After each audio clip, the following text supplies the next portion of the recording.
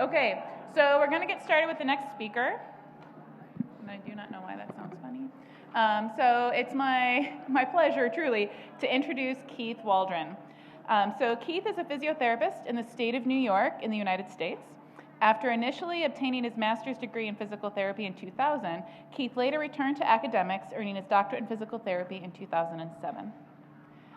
Over the course of the last 17 years, Keith has worked in a variety of settings, including public and private schools, outpatient clinics, and home care. Since 2012, he's provided physiotherapy care exclusively in the home, working jointly with skilled nursing, occupational therapy, medical social service professionals, and medical social service professionals to comprehensively address the patient's medical needs and social needs. And also I'd like to share just a little personal story about how San Diego Pain Summit has kind of been awesome in so many ways.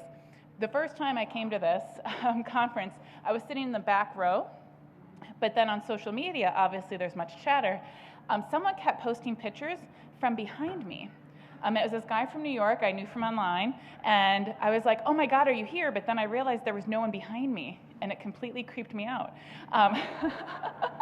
But then, the next year he actually came. So online streaming people, it is tons of fun if you can get yourself here to meet all of the people who are here in the room, because honestly, like the virtual world and the real world are just kind of all the same, and it's way better in person. So I'm really happy to have Keith here in person.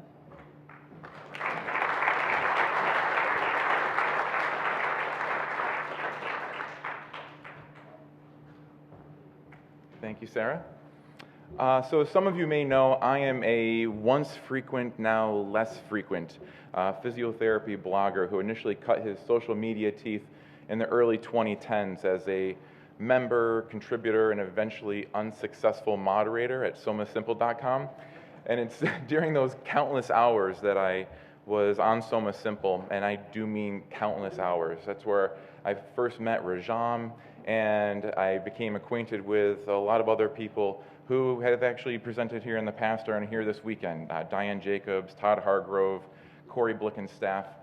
And one of the people that I also met there was Barrett Dorko, who's presented here in the past as well. And while his somewhat curmudgeonly social media persona might have rubbed some people the wrong way over the last few years, he remains the most influential person in my professional life.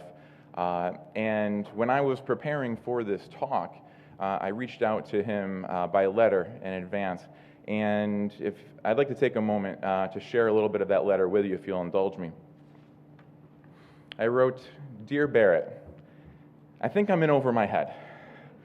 When Rajam approached me last year to speak in 2019, I hesitated. Actually, I said no. I didn't have anything to offer. I didn't belong on a stage, and I certainly didn't belong behind a lectern. At least that's what I was thinking until I wasn't. One person tried to talk me into it, then another, and you sure as hell didn't try to talk me out of it when I approached you about the subject. So next thing I knew, I was submitting a proposal which Rajam quickly accepted. But now with less than 4 months until the date of my talk, I'm having second thoughts. I don't consider myself an expert in working with patients with pain. Shit, that's why I still travel to San Diego every winter, and the weather. I go to San Diego so that I can learn from people who are smarter than me. But I'm not a researcher. I'm definitely not the smartest person in the room, especially that room. I haven't published any papers or books, not even a chapter. I'm not a lecturer. I don't sell continuing education courses. I'm not especially charismatic. I stumble over my own words. What the hell does a meager physiotherapy-trained home health administrator in a 3-county regional home care agency in the middle of nowhere have to offer some of the brightest and progressive minds in massage, physio, occupational therapy, chiropractics, or medicine? Hell, my own staff tuned me out when I disseminated the American Physical Therapy Association's home health pain management materials, and I was a co-author. I suppose I probably shouldn't lead with any of that, right? I don't know what people want to hear or how they want to hear. I mean, hell, I'm going to be presenting on the same stage as Antonio Damasio. Descartes' error was one of my first introduction to some of the neuroscience literature when I first got the itch to really pursue some readings on the subject. I loved reading that book and pondering about the differences between feelings and emotions and what that might mean for our patients in pain. Now I'll be standing on the same stage at a conference. No pressure or anything, right? When the schedule was released, the first thing I did was check to see if I had to go on after him.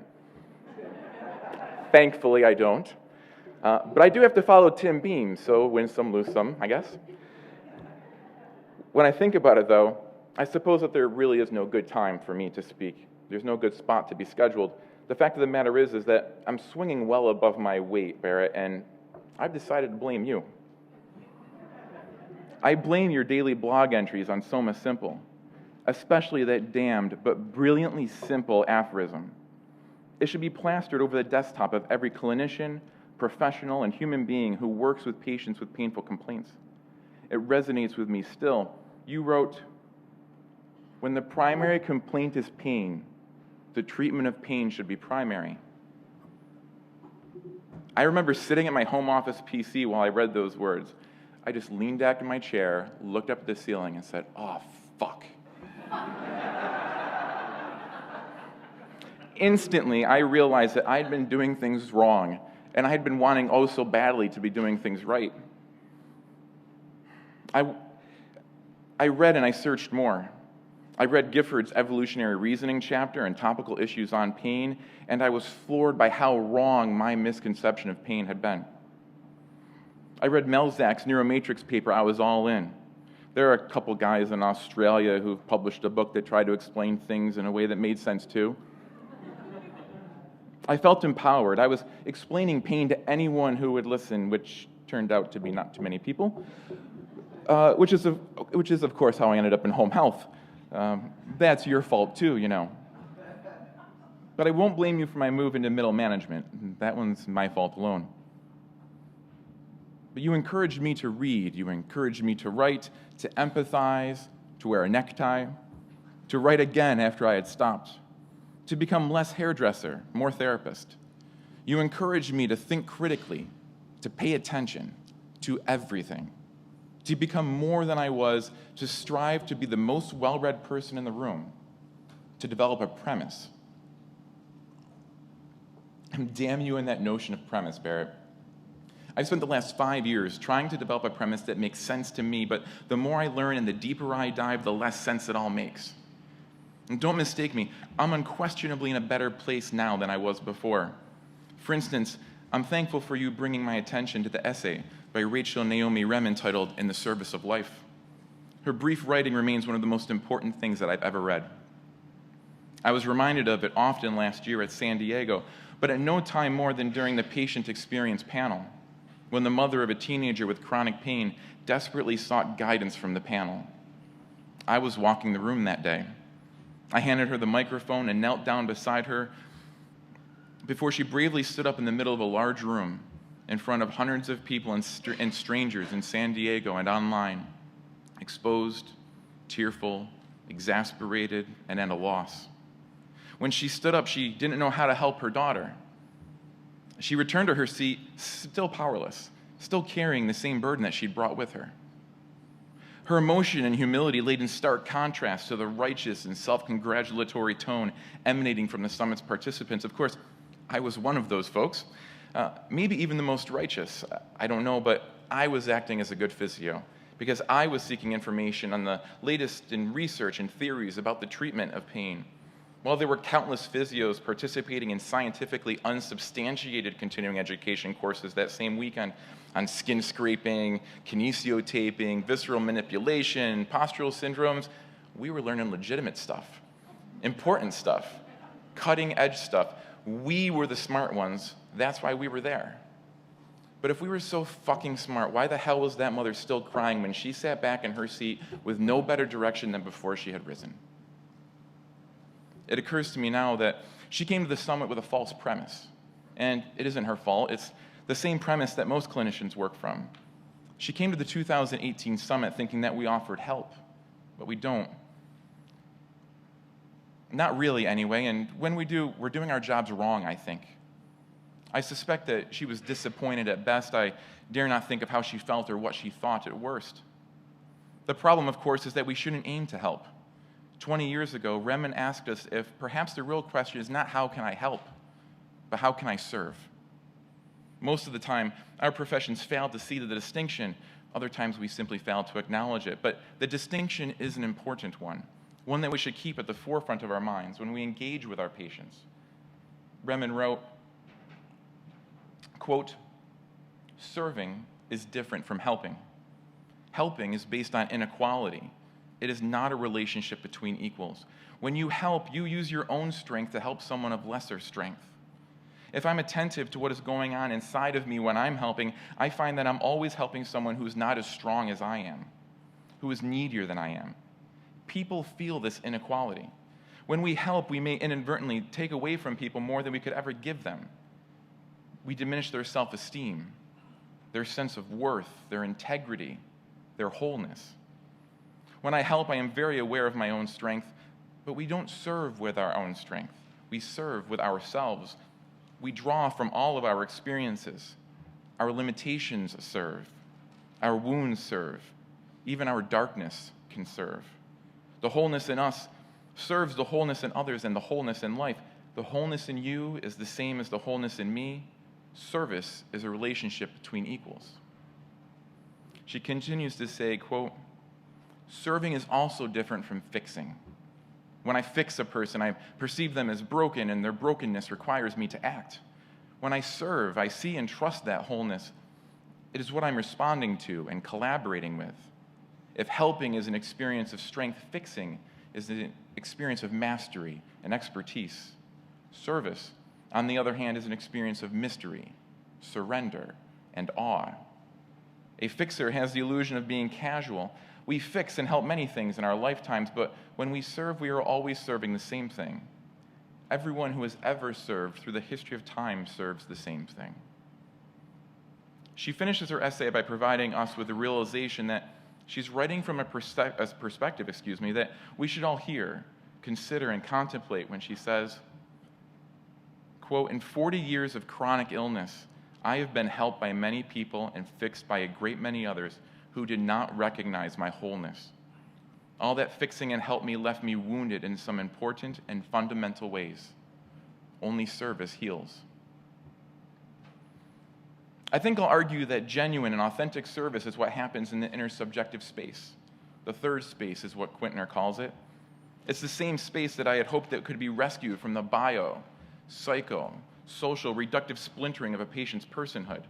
And yeah, I know that some folks think that I'm tilting at windmills here, but I've had conversations with people, again, that are far smarter than I am who think the distinction isn't meaningful. Maybe they're right, but I can't help but think that referring to our approach as humanistic rather than biopsychosocial, it has the potential, at least for pedantics like myself, to actively remind oneself that their patient is an emergent being, not the sum of a few discrete parts that can be itemized and categorized in research studies and patient charts. In such a manner, Matthew Lowe, the physio involved with Cause Health across the pond, has spoken and written eloquently about using a dispositional clinical approach to his physio practice. I can't help but think he's onto something. He too uses the term humanistic to describe his care, but he does so with a little bit more fanfare than I ever could. And that's a good thing, I think, because he deserves the praise, and come to think of it, I should encourage Rajam to invite him in 2020. As best I understand it, which might mean not much at all, the dominant view or model of causation in science and medicine is derived from the philosophy of Hume, who proposed that we really can't say one thing causes another, only that two events seem to occur in succession, one follows another. This line of thinking seems to be a good fit with how medicine studies patients and interventions. It's the stuff that RCTs are born from, after all. Our studies are seeking for and investigating regularities, not causes. And most philosophers agree that regularity cannot usually be determined from a single instance. So usually we need a multitude of instances or events to begin to see patterns of regularity, to begin to say that one event follows another. This is how we end up with and derive our hierarchy of evidence, that pyramid that informs us that case studies carry less weight or evidence than cross-sectional studies, eventually ascending to RCTs and systematic reviews at the top of the pyramid, the apex of the quality of evidence, because the bigger the sample, the more confidence we have in the regularities that we discover or not. One challenge to these methods of study, however, is that they only tell us about people and interventions on average. They don't tell us about a specific patient in specific circumstances. No, we must rely on the wisdom of the clinician for responsible clinical application of research findings with each individual patient. Of course, another reason that we prefer these RCTs is that there's less risk of bias because the studies are conducted with increasing rigor as we ascend the hierarchy of evidence as well. But that isn't necessarily the case. What we fail to recognize is that the implicit bias that causation and regularities are as Hume described it. But the folks involved with cause health, they're openly asking the question, is that really so? Some of the contributors from the study of philosophy propose that instead of Hume's take on causation as regularities, perhaps we should consider a dispositionalist view of causation. For instance, if we conceive of things that have powers or tendencies in complex circumstances, we can reconceptualize the idea of causation as something that is nonlinear, whereby individual objects contain properties or powers that are responsible for effects. For instance, a glass has a power or disposition to fragility, a propensity to break when dropped to the floor. It seems so intuitive to me. It seems that such an account of causation explains why smoking causes cancer, but not every time. Lung cancer tends to follow smoking, given the right, albeit unfortunate, circumstances. It seems that such a view of causation might be able to explain a variety of medically unexplained symptoms, inclusive of irritable bowel, headaches, chronic fatigue, and chronic pain. Advocates for this view of causation propose that we could imagine a series of powers viewed as vectors pointed in opposite directions. In the case of a smoker, for instance, perhaps there's one larger power, smoking, that points to the left in the direction of cancer. But perhaps there are enough smaller powers. Dosing, genetics, activity levels come to mind, and they're pointing to the right.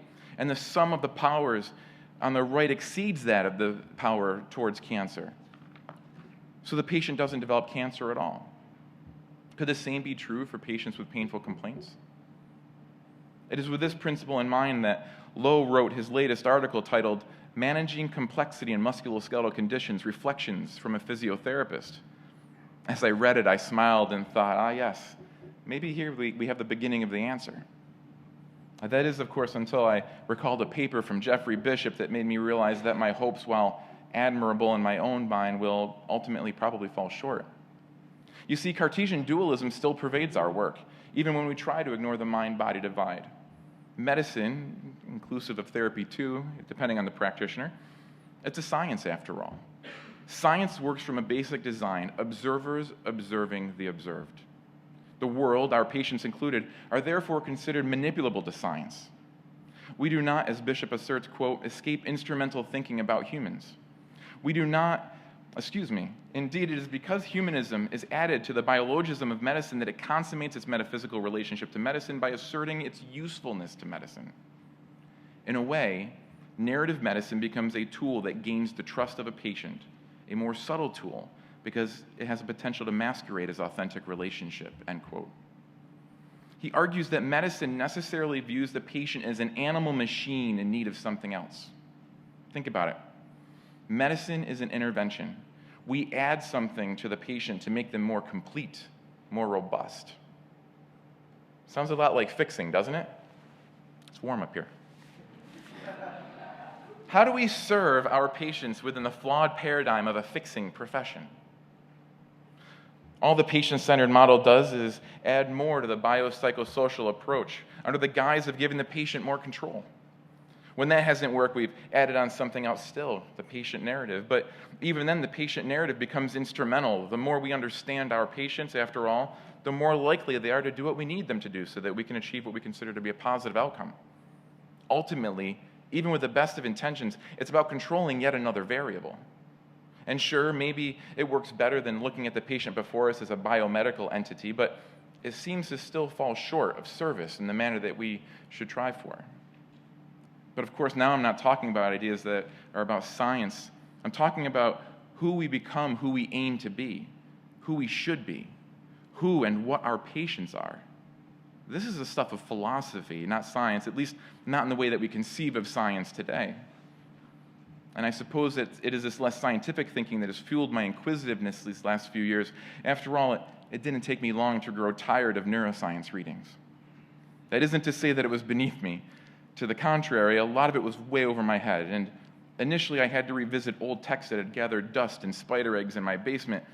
I had to spend a lot of time revisiting the basics, some of which I confess I never learned at all in an effort to discern what some of the authors were writing about. And some were easier to understand than others, but each author seemed to arrive to similar conclusions. Activity in area A, region B, or network C strongly correlates with behavior X, sensation Y, or choice Z. So essentially, neuroscience, which is admittedly very much in its infancy as far as sciences are concerned, it explains things as, well, some physics happens, and then poof, experience. But it's that poof, it's that moment when electricity becomes experience that I have the most interest in, because that's where pain happens. And while neuroscience has excelled at reduction, digging deeper and looking with finer detail to explain many phenomena, it's that black box that is of greatest interest to me.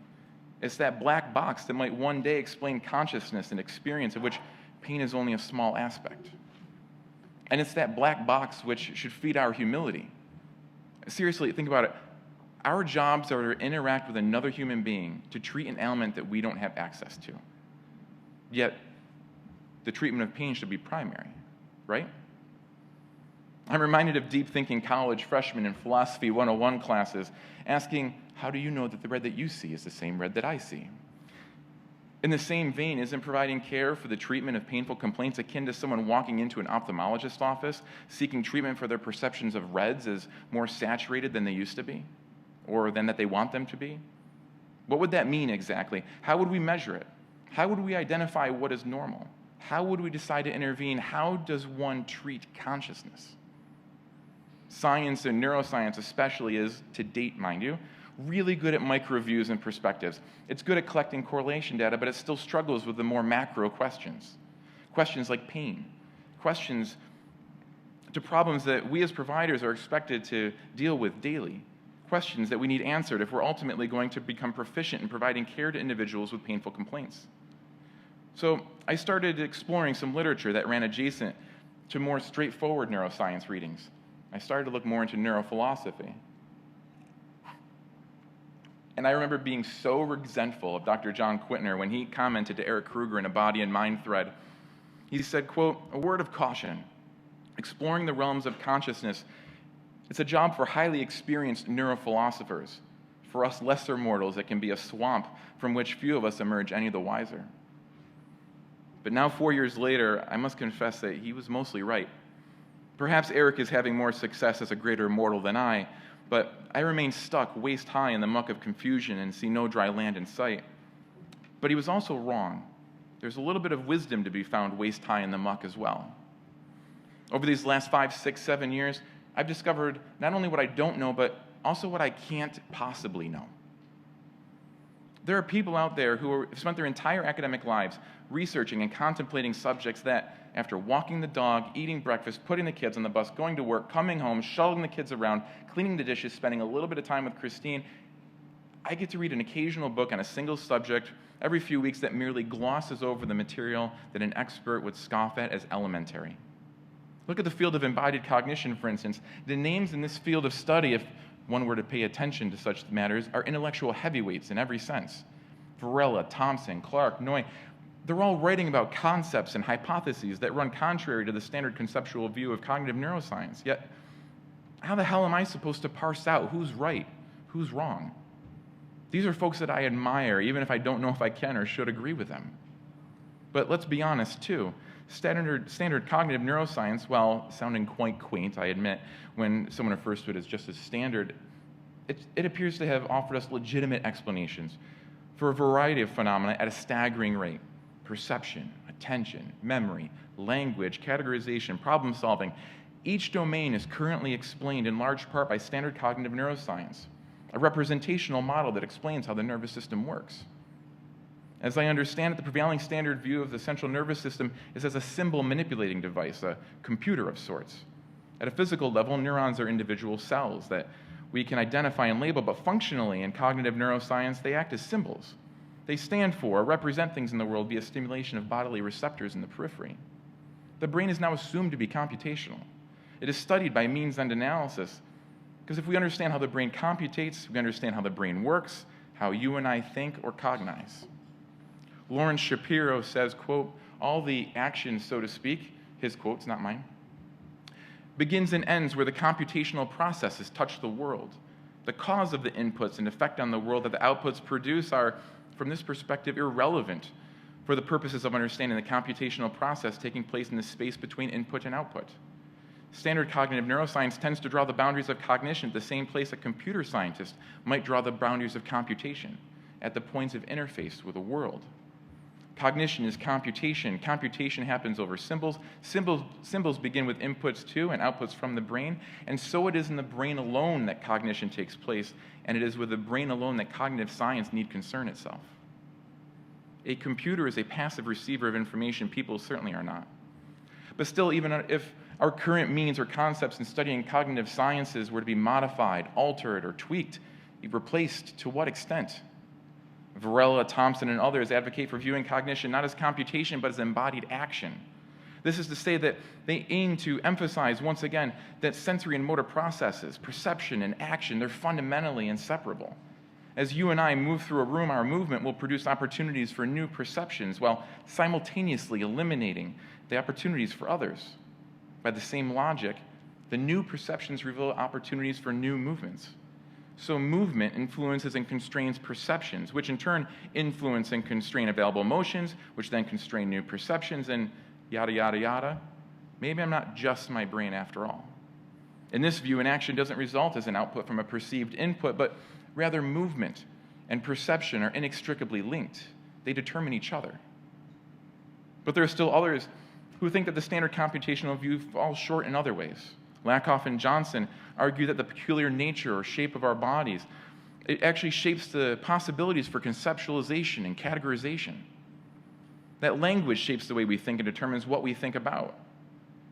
They assert that within language, the essence of metaphor is understanding and experiencing one kind of thing or experience in terms of another, a roundabout means of expanding how we may understand experiences beyond basic concepts. And it's the basic concepts part, though, that seems to interest me the most at the moment. Their notion of basic concepts appears to hinge on concepts of relation, up, down, front, back, left, right.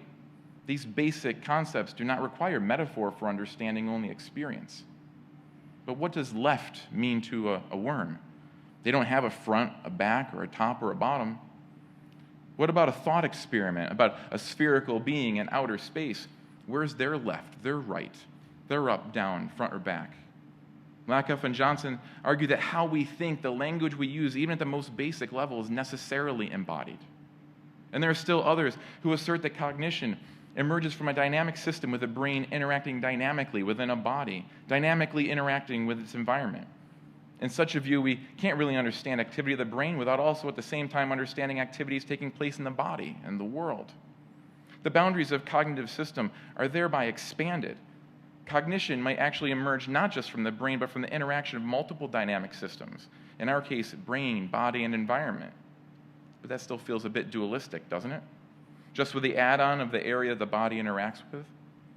Isn't it possible to view the entire nervous system, central and peripheral as a whole, interacting with an environment? Is that a different sort of duality that we could get behind? I don't think I know. And what if rather than expanding the mind, we consider the mind to be merely extended? That is how Andy Clark thinks it all works. In Clark's view, gestures are part of the cognitive apparatus, so too are scribbles in a notebook. He writes, quote, "These are the cases when we confront a recognizably cognitive process running in some agent that creates outputs, speech, gesture, expressive movements, written words that, recycled as inputs, drive the cognitive process along," end quote. Gestures become means of spatial reasoning. Another example is my use of my cell phone's assistant to set reminders to offload my remembrances to my device, same as Otto's notebook. Words and reminders in this instance serve as a self-generated external structure on thought and reason. If our memory simply stores bits of information, does it really matter whether those bits are in wetware or a piece of paper or our cell phones? Are any of these conceptions of mind accurate? Which, if any, could be considered the truth? Which are more likely than they are right? And how small does a likelihood need to be for us to not consider it at least possible, even if it's not likely? I don't know about you, but I don't know how to decide, and I can't know. Clark's been beating the drum for the Bayesian predictive mind as well. Of course, Bayes' theorem is a bit counterintuitive to begin with. I hadn't really thought about it much until I started reading Howey, and frankly, I had no idea I was so shitty at probability. For instance, if a woman told me that she had a positive finding on a mammogram and that the test detects breast cancer 80% of the time, I'd fear for her, never thinking that she has less than 8% risk of actually having cancer. Even as I write and now read it now, I feel as though I need to retrace my intellectual steps to assure that I'm right, even though I know for certain that I am. But the numbers they feel so unnatural. Yet Howey, Clark, Friston, and others are telling us that our brains employ that same kind or style of statistical analyses when perceiving and acting in our world. Predictive coding. Sounds a bit futuristic, right? In their view, not only are our brains not passive receivers of inputs, but they create our experiences primarily via top-down processes, not bottom-up. When I drive my car to the end of my street, come to rest adjacent to the stop sign and look to my left, my mind has already predicted what I will see. When I turn my attention to the right, my mind has already predicted what I will see there. Meanwhile, when I look to the left again and see a cyclist that I almost strike with my car, a cyclist that seems to have appeared from nowhere in particular, I'm surprised and relieved to have seen him when I did. I wonder how it happened that I didn't see them the first time, and for a very brief moment, I wonder what else I may have missed. I think, too, about selective attention, of course, until I get distracted by my car stereo and my mind wanders elsewhere. By the predictive coding account, higher levels in the brain distant from various environmental sensors at our periphery, they're making educated guesses about the barrage of sensory input that's coming into the brain, and they're very strategic about how much it processes that data. Prediction errors report signal surprises, differences between predicted and actual signals to higher levels in the brain. By such a process, the brain need only process the bits of information that it didn't predict accurately. It can ignore all the other sensory bits that it predicted or guessed right. Kind of like encoded video, and perhaps you've never had to put much thought into it, but when your kids and grandkids take a movie from a DVD and put it on their computer, they're able to take 4 gigabytes of information and reduce it to 20% of its original size. The way that software engineers accomplish this is by using software that only keeps track of changes between the frames in the movie. Imagine for a moment that you've got a small 3x5 spiral notebook, like detectives used to use in the old films, and you draw a small thin circle on the far left margin of that first page, and then on each of the next 30 pages, you draw the same little circle, but you move it incrementally a little farther and farther until it hits the right margin. Now, when you flip through those pages, you can see the ball or circle move from one side of the page to the other. Now imagine you wanted to take that flip book and you wanted to store that animation digitally. You place your pages one by one on a scanner. We scan just color, no grays, just blacks and whites. With those settings, a piece of paper would require 169 kilobytes of storage space. Multiply by 30 pages, 5,000 kilobytes of information for that animation. But if we only record the difference between frames, we only need to have an image to start with, consider it a prediction of sorts. And then, most of the image will remain the same.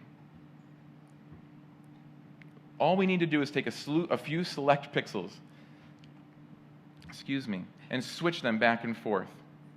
And if we assume that little ball were only half an inch in diameter, we only need to account for 950 pixels that change from page to page. Now, instead of storing 5,000 kilobytes of information, we only need to store and process 169 for that initial prediction, an additional 0.11 kilobytes for the few changes that follow, a 97% reduction in the amount of information that needs to be processed. And the 169 kilobyte version is going to be indistinguishable from the 5,000 kilobyte version. Now, I grant you that my flipbook example is very rudimentary, but proponents of prediction error minimization argue that the brain works to encode information in similar ways. In doing so, brains are able to process a great amount of information with spectacular efficiency. Sticking with vision as an example, it's argued that the brain uses a top-down method of first predicting using Bayesian methodology what we should see, and then it plays a type of match game. Like when we're kids, hoping that the cards that we flip over, that in succession, they're going to look alike. When the predictions coming from the top are met with an expected signal traveling from the bottom, the message from the bottom needn't be processed any further. To do so would be a waste of valuable energy and resources. For instance, if I'm staring at a blank white wall, my mind need not entirely reconstruct what I see after each occasion that I blink. To do so would be a waste of energy. The brain simply predicts what sensory information and data will be traveling through the optic nerves when my eyes reopen, and the information needn't be processed very heavily. Only when a prediction seems wrong, when a prediction error occurs, for instance, if you placed a picture of a bluebird in my visual field mid-blink, only then will such new and important information work its way toward the top, toward higher brain centers, until the ever-dynamic prediction manifests in a way that aligns with the incoming sensory input. And so this process continues ad infinitum, not just for our vision perception, but for each and every perception. Hearing, smell, touch, pain. Perhaps Mick Thacker will have something to share with us in the future with regards to the latter. Maybe not. I can't know. And this is just the sensory stuff. Friston's work on motor action is some serious next-level shit. I don't even know where to begin because it's so far over my head. First, I tried to read a couple of articles, but the dude has a 30-page paper on action and behavior in a journal titled Biological Cybernetics. Hell, I didn't even know biological cybernetics was a thing. I've tried to listen to his lectures, hoping that I can make heads or tails of it, but it's daunting, and at the same time, it's laughable. To think that I can just sit down and listen to a guy with a PhD in neuroscience talk about the mathematics involved and how the brain makes efficient inferences via a variant of the free energy principle, while myself only possessing a clinical doctorate in a subject primarily grounded in basic anatomy and kinesiology? I mean, seriously, what could I possibly expect? I need 3 to 4 years of bachelor studies in mathematics, statistics, and probably in neuroscience too, to discern if anything he says makes sense theoretically, and that's even before thinking about whether or not his ideas might actually be accurate or correct. But then the more neuroscience I had read, the more that the mind, even if it is embodied, it's still understood as a mere machine of sorts. Eventually, regardless of where we draw the lines between us and the world we're situated in, we still need to ask, what is consciousness then, if we're able to reduce the machinations of our nervous system to physics? How does subjective experience arise or emerge from a physical, material world? What Chalmers has famously called the hard problem of consciousness. Is consciousness just an illusion? An evolutionary byproduct? If it were an illusion, what does it mean for our experience? Our patient's experiences, our patient's pain. What does it mean when I ask a patient to explain to me how and what they are feeling? What should I expect when I ask a patient to engage in a behavior that I think, or at least I think, may be beneficial to them? If there's no longer any space or room for the notion of a libertarian free will, the good old ability to pick ourselves up by our bootstraps and engage in behavior as we see fit, what kind of will are we able to exercise at all? Many in the hard sciences don't think that we have a free will. Of course, some philosophers like Dennett, they hold out hope for a free will that is somehow still compatible with the material view of the world, a free will worth wanting, I think he calls it. But I've heard him talk about the horrible consequences if people fail to believe in free will, and I've wondered if much of his views, that's better. I was wondering if much of his views, they're ironically unintentional, motivated reasoning. I know that I certainly hold out hope and motivated to find a glimmer of hope for the preservation of my own free will. That is, of course, when I'm motivated to feel anything at all. Last year, I wrote a blog post about an experience that was too personal for me to publish at the time, although I did share my story with a few, some of whom will probably be in San Diego, and are. It was titled, "I've Taken Myself for Granted." I wrote, "I am a thinker, a ponderer. I am a stoic. I'm rational. I'm patient. I enjoy reading and learning. I'm loyal. I love my wife with all my heart and my children somehow even more. I'm me. I was me. That is, until it became harder to think, until I was overwhelmed with emotion, holding back tears daily, until I was irritated by the mundane, until I couldn't concentrate enough or read, until my wife's idiosyncrasies brought on thoughts of separation, until I started contemplating how much life was really worth living at all. I used to be me. Now I feel as though I'm someone different. Or was I someone else, a different person, and now I am me? All iterations of me have lived under the premise that a person is not their shell alone. No, a person's not defined by their physical body. They can't be. The body constantly turns over new cells. The physical structure of my body only resembles in form the body that I had a few years ago. And actually, not even that. No, I am my mind embodied. But if my mind, my thoughts and behaviors change, then what if not my body makes me me? Is it my history, my memories?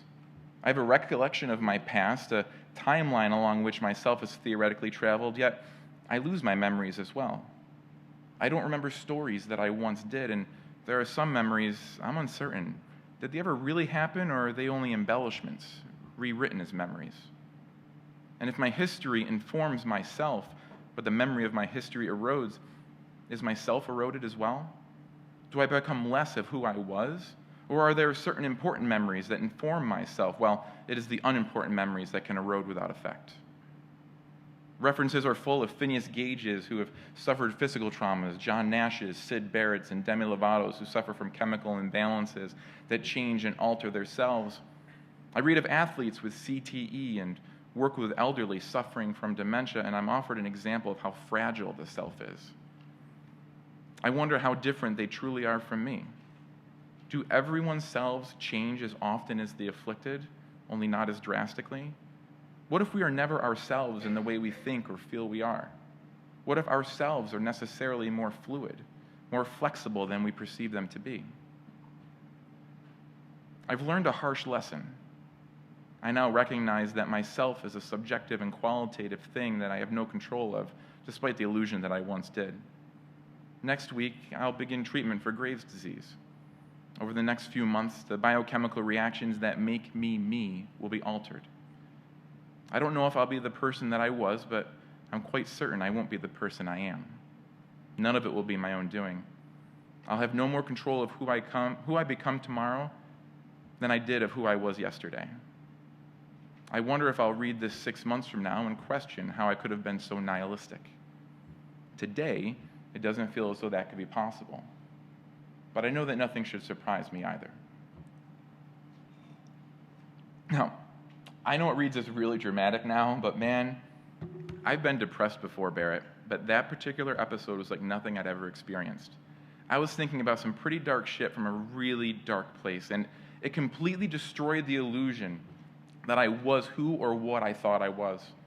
I discovered that the self was more fluid than I ever thought it could be. My values shifted more dramatically than they ever had before. I lost purpose. It became clear to me that there wasn't anything that made me me, no essence. And that is when, on the advice of a friend, I started watching and reading about some of Deacon's ideas. And maybe they're not his alone, I don't know. I only know that it is through him that I've been exposed. Bruce Hood says that the self is an illusion, and he might be right in the context that we usually consider selves as nouns, things or people that we are. Deacon's account of selves as processes is a different one than the average person may employ, though, and by proxy so too is Sherman's, whose book is a much easier read, although still challenging to me anyway. Materialist accounts of the world as we know it don't account for values, likes, or motives. They don't account for what it means to be a self. They don't account for meaning. They don't account for what Sherman calls striving. It isn't physics that compels a patient to seek care for painful complaints.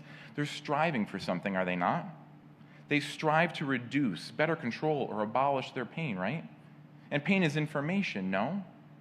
What meaning does it have for who? The materialist accounts that I mentioned above, they predominantly observe humans through the lens of physics, not chemistry. But we and all selves, as termed by Sherman, should necessarily be observed as biology, chemistry constrained in specific conditions and circumstances from which life emerges. In this regard, it is a categorical mistake to consider selves as mere fancy, probabilistic wetware machines with neat environmental interfaces.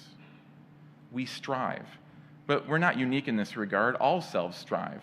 Organisms, beings, plants, bacterium, creatures big and small, all things biological. We make effort, working for our own benefit. When a computer does work, it does so for us. Computers and machines don't strive, selves do. Selves, according to Sherman, are unique in the physical world because we strive to resist the second law of thermodynamics, albeit mostly unconsciously. The rest of the physical world is flowing toward entropy, toward disorder, but not us. Our bodies, ourselves as it were, work to regenerate. Machines and computers are not selves because they don't regenerate. They're not striving. We are, but chemistry can't explain how or why. We make efforts for our own benefit in response to the circumstances that we are embedded in. Chemistry cannot explain that. Neuroscience can show correlates in the brain between inputs and perceptions, intentions and actions, but it will not be able to explain striving because neuroscience studies computation. It studies the person as an embodied computing machine, not the person as a striving self. Sherman asserts in a talk at Google that when you try to go from computation to qualia, you just made Chalmers' hard problem the made harder problem. And Sherman openly acknowledges that to use the term striving self, it's still a placeholder for something that science has yet to explain. It's not a scientific explanation in and of itself. It's an observation, an important observation. We have wants, a will, but there's not yet a scientific explanation for how it is that we will, as obvious as it is to us that we have it. We have a will to live. All organisms do. They may not know or feel like we do, but there's a striving to live and self-regenerate. Even when I was at my lowest consciously, I didn't cease to regenerate. No, I still did work to regenerate, to stay alive, even while I pondered if I should. Sherman argues that will started with chemistry that by accident was biased toward doing work against petering out, a bias to self-regenerate, a constraint that prevents degeneration. In this way, to even consider the notion of free will, it's an oxymoron. Freedom, after all, is the idea that anything goes, but the will constrains. The focused will is proactive and affords the self to pursue its wants and priorities, the freedom to follow its biases in the direction of means-to-end interpretation. Sherman says, quote, bless you, you're not choosing what to do free and independent of all outside circumstances. You're willfully and attentively responsively interpreting outside circumstances, doing biased and interpretive work for your own benefit, especially in humans, given our use of language. It's interpretation gone wild in visionary, delusional, and unpredictable ways. In this manner of thinking, humans don't arise to a level of consciousness that begets will. Instead, will is endowed in all selves as they interpret their environment and do self-directed effort for their own benefit. Or at least that's what I think they're saying. I'm still trying to wrap my head around it all, to be honest, and still, I would need more education than I have time for, than I could possibly afford, to begin to even think about offering a legitimately critical appraisal of Deacon and Sherman's perspective. And even if I did, I wonder still about the consequences of our consideration of people with painful complaints. In their narrative, the will is about interpretation. Interpretation is filtered through values and meaning for each self, clustered in a community nested in other communities, beset by the ubiquity of cultures embedded in cultures. Kind of makes the term biopsychosocial sound trite, doesn't it?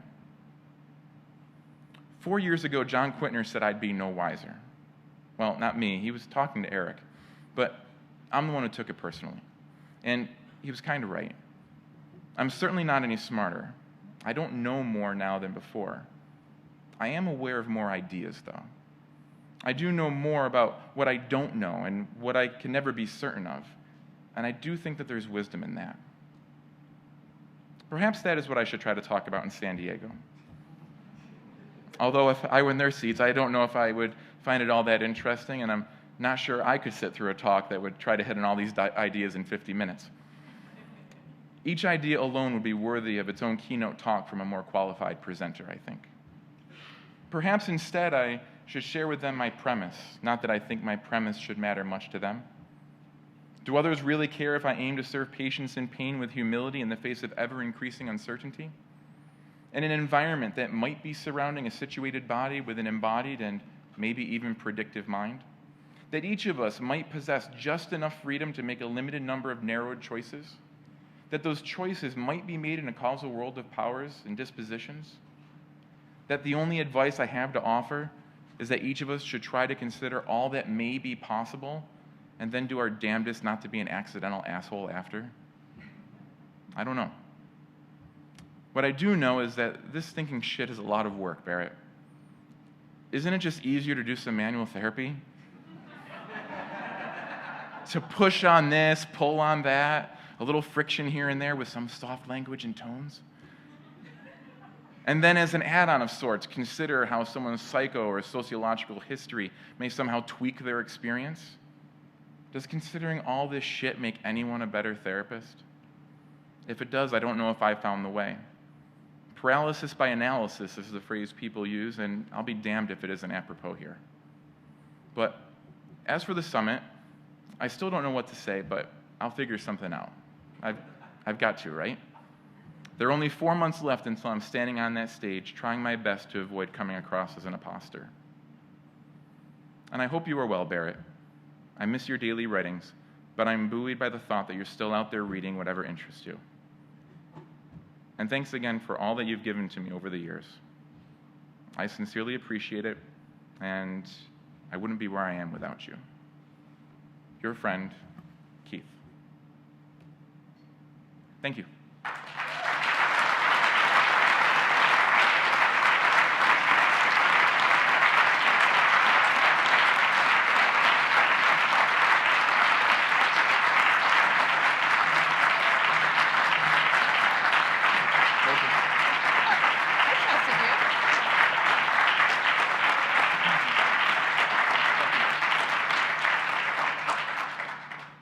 So he warned me he was going over because he figured everyone would be sleeping. Does anyone have questions or anything for Keith? Don't prove him right. He said there'd be no questions. Wait, hold on. We need the microphone. No, because the people online. Sorry, up here in the front. What was Barrett's response?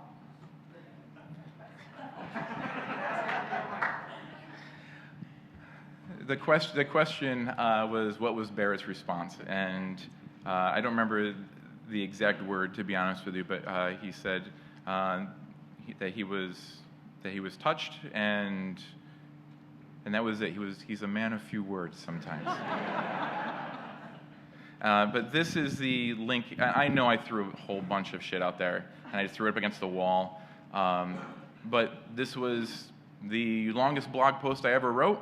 And Rajam is kind enough to give me permission to post it on her site. And it's all hyperlinked. Every author, everything I talked about, it's an opportunity for other people to investigate some of the things that I've investigated over the last few years, maybe pique someone's interest. But again, you can find all the references and the links to people's Twitter accounts and different books. And it's all in there, different articles, etc. Okay, so we have Joe in the back, and then there's one up here when she's done. I don't have a question. I just wanted to thank you for your bravery and for bringing the whole of you to this. It was beautiful. Thank you, Joe.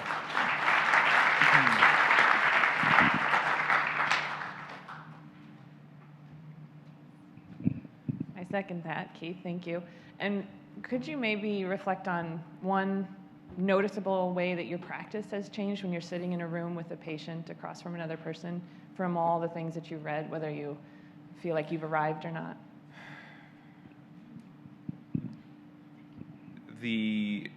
Tim hit on this really, really well. I was talking to Richard, asked a question at the end of Tim's talk, and I was smiling as he asked, well, how do you put all this stuff into what kind of a model? Is there something out there?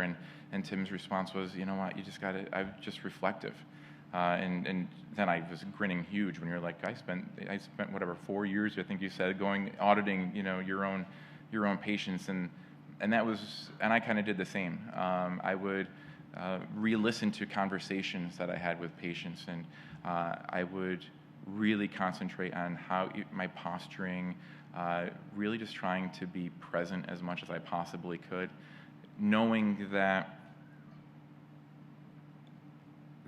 knowing how little I know, I guess, is what it came down to. I mean, knowing what some of the data tells us and following it in that direction to as in the class that I taught about, just not trying to be that asshole by accident, because we're all trying to help, but really making sure that I tuned into, again, what was possible. And it all kind of even tied in with, with a lot of Barrett's neuroses as well, as far as his detail. And his is much more analytical than mine was when I would engage and talk with him. But it's just that it's about the person. And I got an argument, not an argument, it was a healthy conversation. Because he's an awesome guy, and argument is not a fair word.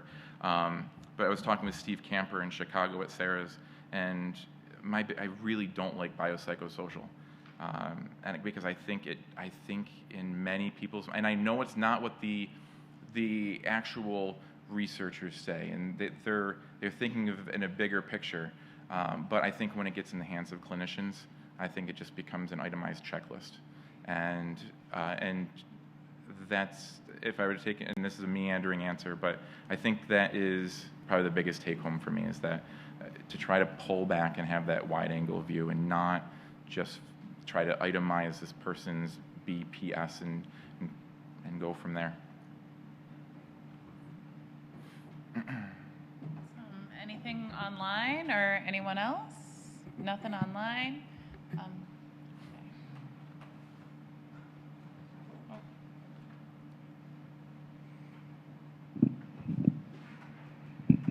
So what are you going to read tomorrow? I miss you, Richard. I'm sorry? What are you going to read tomorrow? Tomorrow I'm reading a science fiction book on the way home. Straight fiction. I'll let you know if it's good. I know the crying mother, and I know the daughter.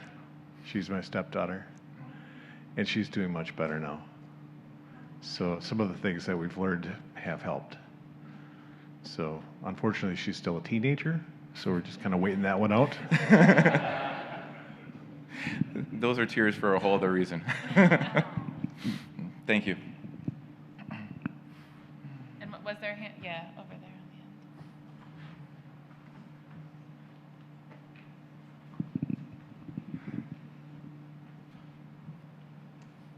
Hi, thank you for speaking from the heart. My question is, you differentiated between fixing, helping, and serving. Do you have any suggestions for patients that come to you and say, or clients and say, you fixed me? Because someone did that to me last week, and I said, oh, well, I'm glad to hear you're doing better, because I didn't want to challenge her and be like, well, we don't really fix you, it's the circumstances and it's a relationship. So anything from your own experience you can share? It depends on the relationship that I have with someone. I mean, so don't get me wrong, sometimes you get those folks and you've only seen them, 2 or 3 times, and they feel miraculously better and they want to give you all the credit for that. And those are the ones that I try to disarm them a little bit and say, I think, and remind them of how, my boss hates the term because I use it a lot, but how strong and robust they are. And I try to influence about, hopefully I've given them at least a little bit of understanding of how the body, how it heals, and I'm able to tap back on that a little bit, just as like a gentle reminder.